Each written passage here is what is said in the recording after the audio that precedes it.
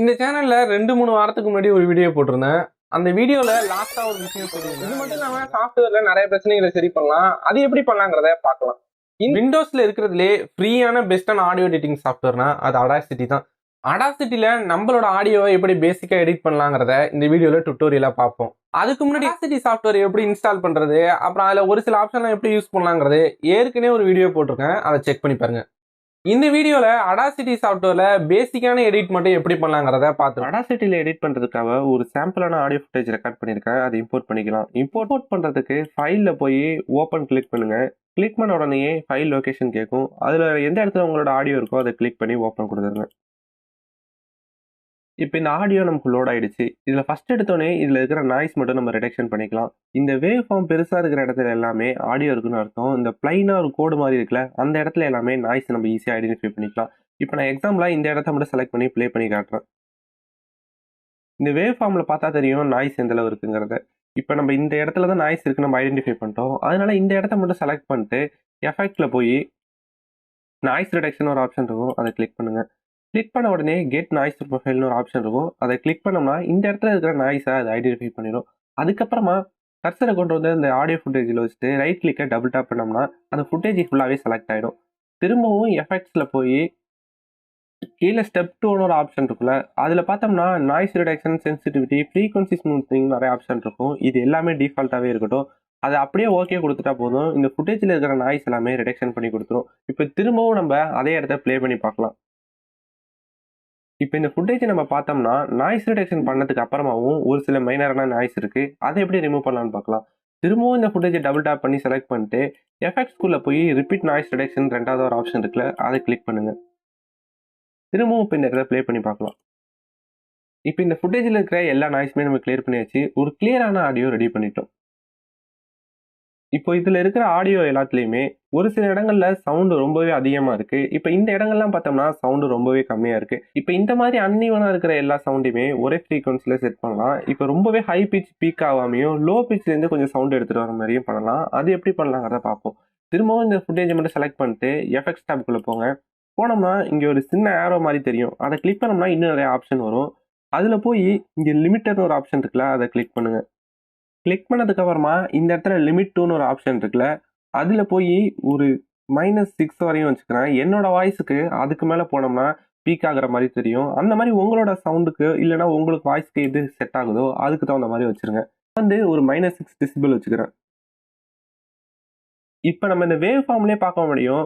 இங்கே இருக்கிற -6 டெசிபிளுக்கு மேலே எந்த சவுண்டுமே ஆகலை. இந்த ஃபுட்டேஜ் ஃபுல்லாகவே ஒரே ஃப்ளாட்டாக இருக்குது. இப்போ நம்ம ப்ளே பண்ணி பார்க்கலாம்.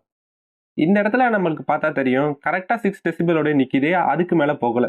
உங்களோட வாய்ஸ் எந்த இடத்துல பீக் ஆகுதுங்கிறத நீங்கள் இதிலே தெரிஞ்சுக்கலாம். இந்த இடத்துல கிரீன் கலர் அடுத்து எல்லோ கலர் காட்டும். உங்களோட வாய்ஸ் பீக் ஆனிச்சுன்னா அந்த இடத்துல ரெட் கலர் காட்டும். ரெட் கலரில் காட்டுறதாம நீங்கள் ஒரு கிரீன் கலருக்குள்ளேயே முடிச்சிட்டிங்கன்னா உங்களுக்கு டீசெண்டான ஆடியோ கிடச்சிடும். இந்த இடத்துல அந்த ரெட் கலர் ஸ்டார்ட் ஆகுதுங்கிறத நோட்டீஸ் பண்ணி அந்த இடத்துல நீங்கள் லிமிட்டை செட் பண்ணிக்கலாம். இப்போ இந்த ஆடியோ பிகினிங்லேயும் லாஸ்ட்லேயும் எக்ஸஸாக கொஞ்சம் ஸ்பேஸ் இருக்குது. அதை எப்படி ரிமூவ் பண்ணலாங்கிறத பார்த்துடலாம். இப்போ இதுலேருந்தே நான் ரிமூவ் பண்ணணும்னு நினைக்கிறேன். அதனால அந்த இடத்த மட்டும் செலக்ட் பண்ணிக்கோங்க. செலக்ட் பண்ணிட்டு இங்கே இருக்கிற கட் ஆப்ஷன் இருக்குல்ல, அதை கிளிக் பண்ணால் போதும், அந்த இடம் மட்டும் ரிமூவ் ஆகிடும். இதே மாதிரி தான் லாஸ்ட்லேயும். இப்போ இங்கே இருக்கிற லாஸ்ட்டாக இருக்கிற வேர்டு மட்டும் நான் திருப்பியும் இந்த ஆடியோவில் வரணும்னு நினச்சேன்னா இப்போ அதை மட்டும் செலக்ட் பண்ணிட்டு இந்த இடத்துல காப்பின்னு ஒரு ஆப்ஷன் இருக்குல்ல, அதை கிளிக் பண்ணும். இப்போ நான் பேசிட்டு இருக்கிற ஆடியோ இந்த ஃபுட்டேஜோட ஃபர்ஸ்ட்ல வரணும்னு நினைக்கிறேன். அதனால இந்த கர்சரை கொண்டு போய் ஃபர்ஸ்ட்ல கிளிக் பண்ணிட்டு இப்போ இங்கே ஒரு பேஸ்ட்னு ஆப்ஷன் இருக்குல்ல, அதை கிளிக் பண்ணுங்க. கிளிக் பண்ண உடனே இந்த இடத்துல இருக்கிற அதே ஆடியோ இந்த ஃபுட்டேஜோட பிகினிங்லேயே வந்துருச்சு. இப்போ திரும்பவும் ஏதாச்சும் தப்பா பண்ணிட்டோம் அப்படின்னா அன்டூ பண்ணுறதுக்கு இங்கே இருக்கிற ஆப்ஷனை கிளிக் பண்ணோம்னா அன்டூ ஆகிடும். அடுத்து இந்த ஆடியோவை செலக்ட் பண்ணிட்டு எஃபெக்ட்ல போய் ஃபேடு இன்னொரு ஆப்ஷன் இருக்குல்ல, அதை கிளிக் பண்ணோம்னா இந்த ஃபுட்டேஜ் ஸ்டார்டிங்ல சவுண்ட் ரொம்பவே கம்மியாக இருக்கும். அதே முடியும் போதே அந்த சவுண்ட் உள்ளே ஹையஸ்ட் ஆடியோவில் இருக்கும். இதே மாதிரி ஃபேட் அவுட் கொடுத்தோம்னா இந்த இதுக்கு அப்படியே ஆப்போசிட்டா நடக்கும். ஸ்டார்டிங்ல சவுண்ட் அதிகமா இருக்கும், லாஸ்டா முடியும் போது சவுண்ட் ரொம்ப கம்மியா இருக்கும். இந்த மாதிரி ஆப்ஷன்லாம் எதுக்கு யூஸ் பண்ணுவாங்கன்னா, இப்போ உங்க பக்கத்துல ஒருத்தர் நிக்கிறாரு, அவர் பேசிக்கிட்டே இருக்காரு, அவர் பேசிக்கிட்டே ரொம்பவே தூரமா போய்கிட்டே இருக்காரு. இந்த மாதிரியான சுச்சுவேஷன்லாம் ஃபேட் அவுட் கொடுத்தோம்னா ரொம்பவே ரியலிஸ்டிக்கா இருக்கும். ஏன்னா அவர் பக்கத்துல இருக்கும் போது அவர் பேசுறது நமக்கு ரொம்பவே சவுண்டா கேட்கும். அதே அவர் தூரமா போக அந்த சவுண்ட் ரொம்பவே கம்மியாகும். இந்த ஆடியோக்கு எனக்கு ஃபேட் இன் ஃபேட் அவுட் எதுவுமே தேவைப்படல. அதனால நான் கண்ட்ரோல் இசட் கொடுத்து அன்டூ பண்ணிக்கிறேன். அடுத்ததான் நம்ம பார்க்க போறது ரொம்பவே ஃபன்னான இன்ட்ரெஸ்டிங்கான ஆப்ஷன் சொல்லலாம். இப்போ இந்த ஃபுட்டேஜ் அப்படியே கிளிக் பண்ணிட்டு எஃபெக்ட்ல போய் அங்க இருக்க ரிவைஸ் ஒரு ஆப்ஷன் இருக்குல்ல, அதை கொடுங்க. அது கொடுத்தோடனே நம்மளோட ஆடியோ அப்படியே ரிவைஸ்ல ஆயிடும். அதை கேட்டு பார்த்தோம்னா இப்போ நம்ம ரிவைஸ் பண்ணதுக்கு அப்புறம் நம்மளோட ஆடியோ கேட்டு பார்த்தோம்னா நமக்கே ரொம்பவே காமெடியா இருக்கும். இப்போ நான் ஒரு தடவை ப்ளே பண்ணி காட்டுறேன்.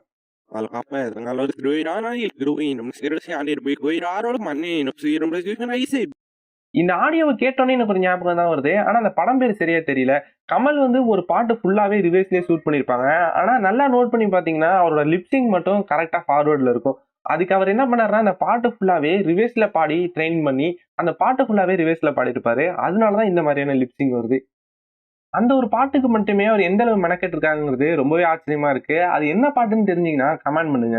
இந்த வீடியோல Audacity சாஃப்ட்வேரை எப்படி பேசிக் லெவல்ல யூஸ் பண்ணலாங்கிறத மட்டும் டுட்டோரியலா பார்த்தோம். இந்த Audacity சாஃப்ட்வேரை எப்படி நம்ம ப்ரொஃபஷனல் லெவல்ல யூஸ் பண்ணி நம்மளோட ஆடியோ ரொம்பவே பெட்டரா ஆக்கலாங்கிறத ஃபுல் டுட்டோரியல் வீடியோ வேணும்னா இந்த வீடியோக்கு ஒரு 50 லைக் கொடுத்துருங்க. நெக்ஸ்ட் வீடியோ பண்ணலாம்.